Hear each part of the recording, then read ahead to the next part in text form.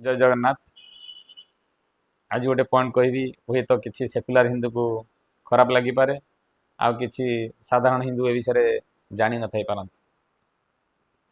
सेटा होची आम भारत वर्ष रे बहु धर्मावलंबी बसवास करती।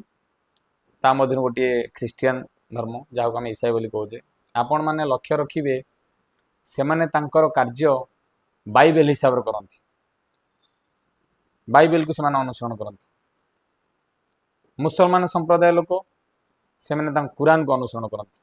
मझे मझे आप देखुए न्यूज सुप्रीमकोर्ट निष्पत्ति से ग्रहण करती जे आमर ल बोर्ड अच्छी कुरान अच्छी तेणु आम ता हिसाब से चलू आमर प्रथमे धर्म प्रथमे। किंतु दुखर विषय जी बहु संख्यक हिंदू समाज से गीता को अनुसरण करती। से क्या करती सुप्रीम कोठा आ तार देन किए जहाँ को जबरदस्ती पितामह बना जाइए आउ जी नकली गांधी परिवार देखिए होती। तेणु आपण मान विचार करेंगे एटा केते दूर ठीक केते दूर भूल।